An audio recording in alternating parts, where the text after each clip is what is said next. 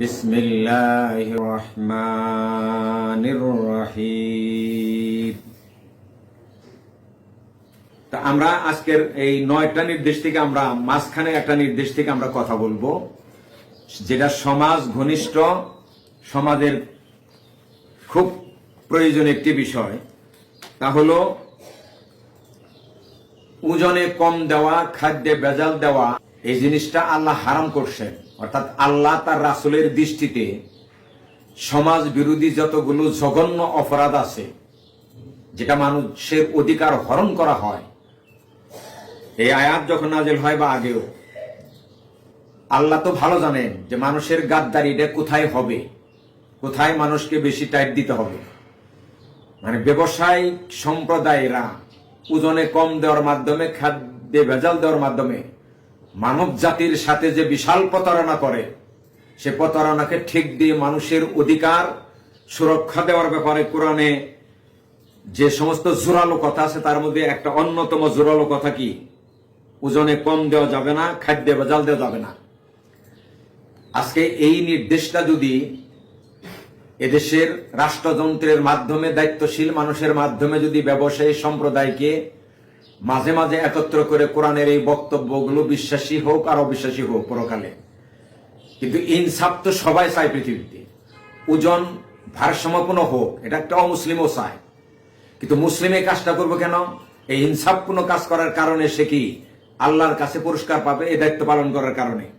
তার একটা ডিসি যদি ইসলাম সে বিশ্বাসী হয়, একটা ডিস্ট্রিক্টের ব্যবসায়ীদেরকে একত্র করে যদি ওজনে কম দেওয়ার ব্যাপারটা আল্লাহ যে জঘন্যভাবে অপরাধ হিসাবে উল্লেখ করেছেন এবং তার শাস্তি সুনিশ্চিত পরকালে, এটা যদি তিনি ডেকে বুঝিয়ে দিতেন, তাহলে একজন ডিসি একটা ডিস্ট্রিক্টের সমস্ত ওজনের বাটপারি বন্ধ করে দেওয়ার জন্য যথেষ্ট। কিন্তু ক্ষমতাহীন কোন আলেম ওলামা দ্বারা কিয়ামত পর্যন্ত ওয়াজ করিয়াও এই ব্যবসায়ী সম্প্রদায়ের ওজনে কম দেওয়া, খাদ্যে ভেজাল দেওয়া, গাদ্দারি করার এই দুর্নীতি থেকে তাদেরকে ফিরানো সম্ভব না। আমরা আয়াতরা পড়ে দেখি, আয়াতের উপর আমরা যতটি কোরআনের আয়াত আছে তা আজকে আমরা পড়ে শোনাবো, এবং 8-9টা বিষয় আমরা 9টা পর্বে আমরা কথা বলবো। আর কি বলছে এখানে? ওয়াউফুল কাইলা ওয়াল মিজানা বিল কিসত, যে তোমরা যারা পরকাল বিশ্বাস করো বা সমাজে যারা ব্যবসা সম্প্রদায় আছো, তোমরা পাত্র দিয়ে, কাইল মানে পাত্র, আর মিজান মানে পাথর, মাপার অধিকার দুইটা দিয়ে আছে, কিন্তু যেটা দিয়ে মাপা হোক, বিল কিসত, আউফুল কাইলা ওয়াল মিজানা বিল কিসত। আজকে এই কথাগুলো আজকে আলেম সমাজ যদি, সমস্ত আলেম সমাজ যদি কোরআনের এই কথাটা ব্যবসায়ের সঙ্গে সহ, মানে ব্যবসার সাথে তো ওজনের সাথে সবাই জড়িত। একজন গৃহস্থ যে ব্যবসায়ী না, সেও তো কম বেশি জিনিস বাজারে বিক্রি করে, তরকারি যাই হোক। প্রত্যেকেই যদি আল্লাহর এই নির্দেশটা যদি মানত, তাহলে আজকে এই ওজনে কম দেওয়ার এই দুর্নীতি থেকে যখন গোটা মানব জাতি যখন সুরক্ষিত হতো, মানব জাতি যে কতটা ইনসাফ পেয়ে, তাদের অধিকার পেয়ে ধন্য হতো। আউফুল কাইলা ওয়াল মিজানা, তোমরা পাত্র দিয়েই মাপো আর পাথর দিয়ে মাপো, তোমরা পূর্ণ করো। ওয়ালা তাফখাসুন নাস আশিয়াআহুম, মানুষকে কোনো বিষয়ের ব্যাপারে তোমরা মানুষকে ক্ষতিগ্রস্ত করো না। এই কথাটা এই জন্যই বলছেন যে ব্যবসায়ী যারা করে, একজন ব্যতিক্রম থাকতে পারে। বাংলাদেশের ব্যবসায়ীরা যে কি পরিমাণ ওজনের গাদ্দারি করে জনগণের সাথে প্রতারণা করে, যে সে একজন সৎ ব্যবসায়ী সেখানে ব্যবসা করাই তার জন্য আজকের সমাজ ব্যবস্থা অসম্ভব হয়ে পড়ছে। আমরা একটা জাতির ইতিহাস কোরআন তুলে ধরছে, এখানে আমরা দেখি, এটা সূরা হুদ। দেখেন আল্লাহ কিভাবে বলছেন, ওয়াইলা মাদিয়ানা আখাহুম শুআইবান, আমি মাদিয়ান জাতির কাছে তাদের ভাই শুআয়বকে নবী বানিয়ে পাঠালাম। সেই নবী গিয়ে তার জাতির কাছে ওই মিষ্টি খাওয়ার সন্ন্যতের কথা বলেন নাই, বা লাউ খাওয়া সন্ন্যত এই কথা বলেন নাই। প্রথমে যিনি দাওয়াত দিচ্ছেন, ক্বালা, তিনি বললেন, ইয়া কাওমি ইবুদুল্লাহ, তোমরা আল্লাহর আইন মানো, আল্লাহর দাসত্ব করো। ওয়া মা লাকুম মিন ইলাহিন গায়রুহু, সার্বভৌম ক্ষমতার মালিক আল্লাহ ছাড়ার কেউ নাই। এই সার্বভৌমত্ব কথাটা রাষ্ট্রবিজ্ঞানের ভাষায় আলেম সমাজ ভালোভাবে রাষ্ট্রবিজ্ঞান পড়ে জাতির কাছে কথাটা বুঝিয়ে দেওয়ার দায়িত্ব ছিল। অর্থাৎ আইন রচনা করার অধিকার যিনি রাখেন তিনি হলো সার্বভৌম ক্ষমতার মালিক। আসলে সার্বভৌম ক্ষমতার মালিক হলো কারা? আল্লাহ। অর্থাৎ মানুষের মৌলিক আইন দিবেন আল্লাহ। বলছে তোমাদের সার্বভৌম ক্ষমতার মালিক কেউ নাই আল্লাহ ছাড়া। তারপরে বলছেন ওয়ালা তানকুসুল মিকাল ওয়াল মিজানা, তোমরা পাথর দিয়ে মাপো আর পাত্র দিয়ে মাপো, সেখানে তোমরা ক্ষতিগ্রস্ত করো না, নোকসান করো না। দিয়ে তার জাতির কাছে ভাষণ দিচ্ছেন। এই গেল ভাষণ। এক নম্বর হলো তাওহীদের ভাষণ, তারপরে হলো সমাজের মানুষের অধিকারের সুরক্ষার ভাষণ। কিন্তু আমরা ভাষণ দেই কি? অমুকের দাড়ি খাটা, অমুকের পাঞ্জাবি ফাটা। কারো পাঞ্জাবি ফাটাতে জাতির লাভ ক্ষতি নেই, পড়লে কেউ পরে পড়ুক, ভালো কথা। কিন্তু আল্লাহর সার্বভৌমত্বের পরেই একটা নবী মানব জাতির দাওয়াত দিছে, তার অধিকার রক্ষার দাওয়াত। সেটা কি?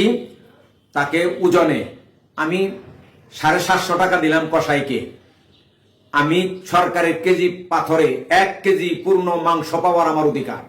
কিন্তু আজকে সমাজ ব্যবস্থায় দেখেন তো, মাংস কিনবেন, কসাই আপনাকে মাংস মেপে দিবে 3-4 কেজি, এতটাই ঝুঁকিয়ে মেপে দিবে মনে হবে যেন আপনি কষার বড় দোলাভাই।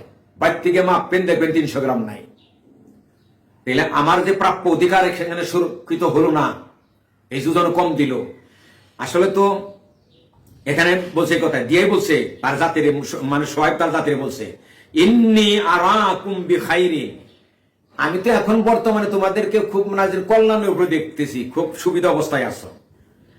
ওয়া ইন্নী আখাফু আলাইকুম আযাব ইয়াউমিন মুহিত, কিন্তু পরকালে এমন একটা দিনের আযাবের আমি তোমাদেরকে ভয় করছি। আযাব ইয়াউমিন মুহিত, এখানে কিন্তু সেবত মৌসুফ হয়েছে একটা আরবি গ্রামারের ভাষায়। যেদিনের আযাব ওজনে কম যারা দিয়ে, যারা জাতির সাথে গাদ্দারি করে, তাদের আযাব তাদেরকে বেষ্টন করে রাখবে, ঘেরাও করে রাখবে, এমন আযাব। আসলে কোরআন পড়তে গিয়ে আমাদের এদেশের মুসলিম জনতা, আলেমুল আমাদের একথা জাতিকে জানিয়ে যাওয়া উচিত। কোরআন পড়তে গিয়ে একটা জিনিস খেয়াল করতে হবে যে কি কি কাজ করলে আল্লাহ শাস্তির ওয়াদা দিছে, কি কি কাজ করলে আল্লাহ জান্নাতের ওয়াদা দিছে।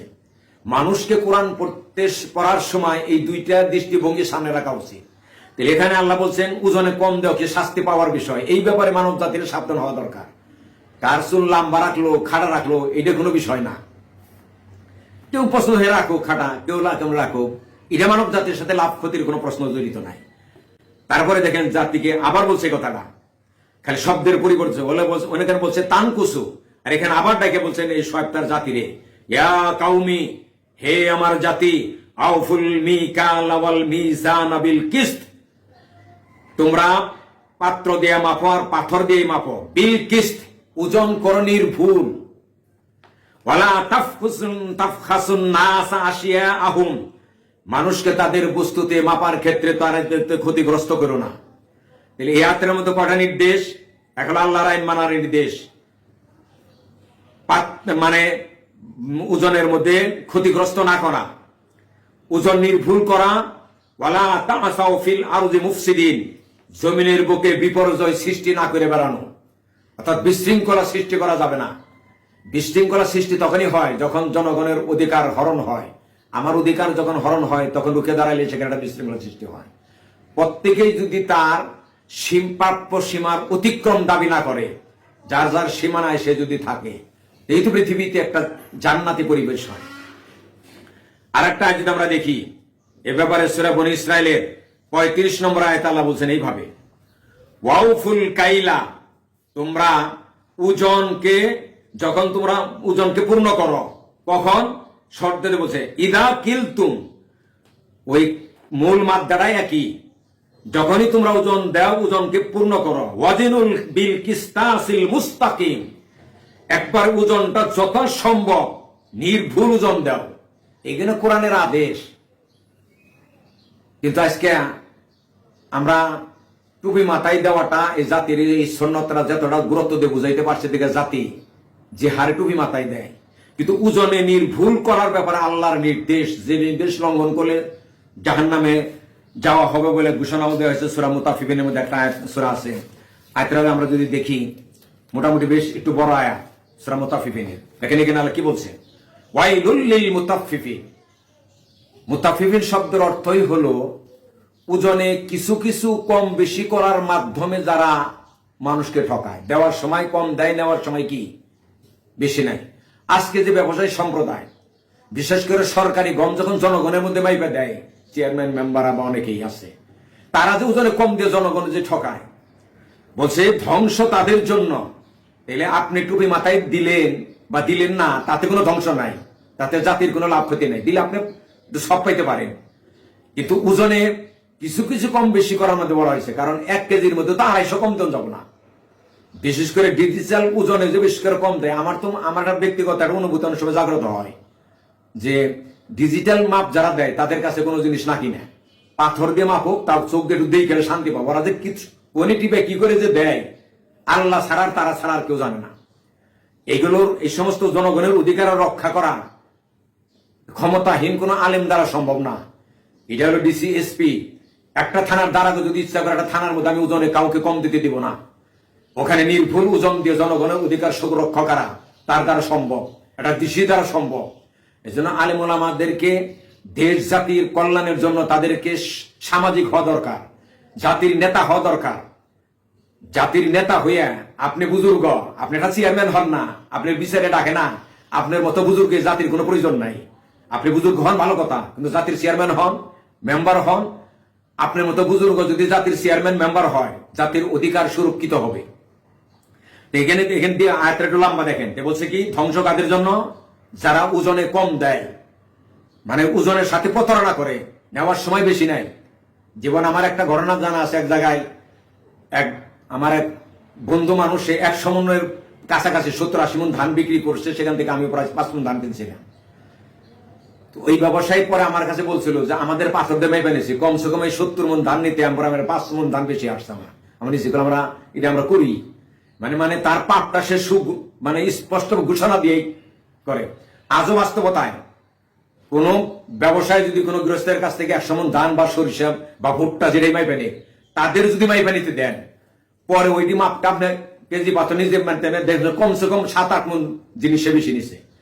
এই যে ধরনের গাদ্দারি যে করা হচ্ছে, এটা যে কত বড় গাদ্দারি, জাতির সাথে কত বড় বেঈমানি, আল্লাহর কাছে শাস্তি পাওয়ার কতটুকু যোগ্য হয়ে যায়। এই কারণে কোরআন দিয়ে এই জাতিকে আলেম সমাজ আজকে আমরা জানি না কত ধরনের সবার মধ্যে কিচ্ছা কাহিনী হয়, তো কোরআনের এই মৌলিক কথাগুলো বলা হয় না। কি বলছে, আল্লাযীনা ইযা তালু আলান নাস, কারণ মানুষের স্বভাবটা আল্লাহ ভালো করে জানে। এটা কি বলছে, তারা যখন মানুষের কাছ থেকে মেপে নেয়, ইয়াস্তাউফুনা, তখন তারা পূর্ণ মাত্রায় মেপে নেয়।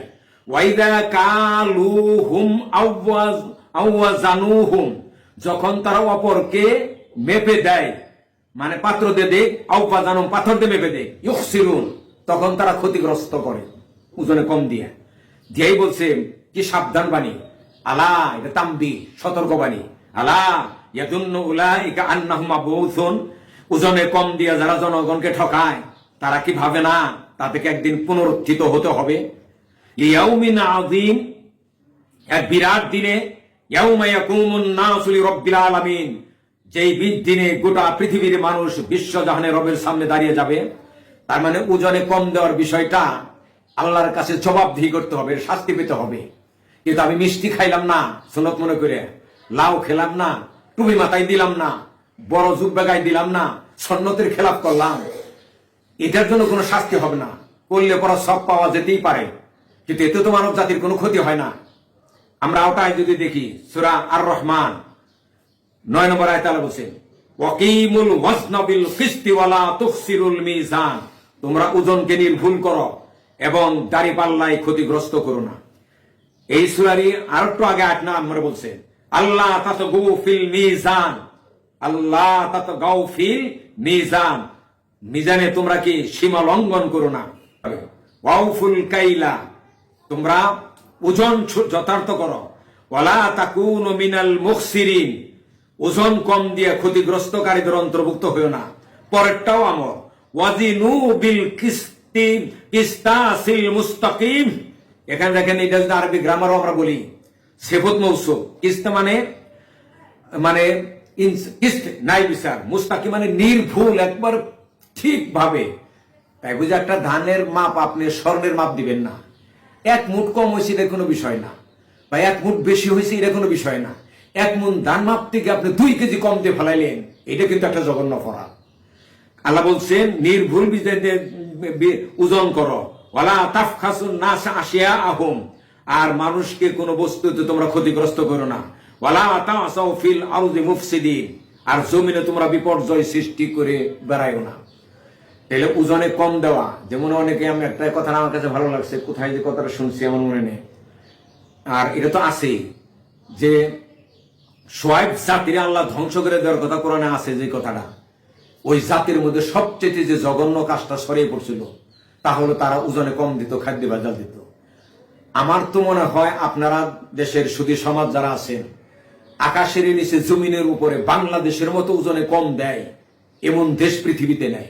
অমুসলিমরা এই কাজটা করে না, কিন্তু আমাদের দেশে এই সন্ন্যতের নিয়ে এত বেশি আমল করার দেশ পৃথিবীতে নাই। কিন্তু যে মৌলিক পাপটা দিয়ে এই জাতিকে সর্বশান্ত করে দিছে, মানে আমি এই 8টা বিষয়ের, এটা হলো হারাম। তাহলে কোরআনের হারাম কি? কোরআনে হারাম আপনি সুক্কা টুপি পরবেন না গুল টুপি পরবেন, এটা হারাম হালালের কোনো বিষয় না। আপনি 6 সুক্কা পরেন, আপনি 6 গুল টুপি পরেন, আপনি টুপি পরলেই হইল।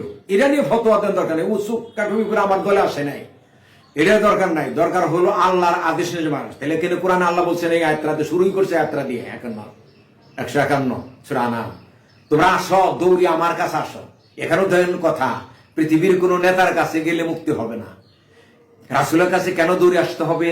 তার কাছে মহা সত্য কোরআন এসেছে, আর রাসূলেরই দায়িত্ব কোনটা আল্লাহ হারাম করছেন কোনটা হালাল করছেন সেটা জানিয়ে দাও। তাই বলছেন আতলু মা হাররামা রাব্বুকুম আলাইকুম, তোমাদের রব তোমাদের উপরে কি কি জিনিস হারাম করছে আমার কাছে দৌড়ে আসলে আমি তা তোমাদেরকে বলে দিব।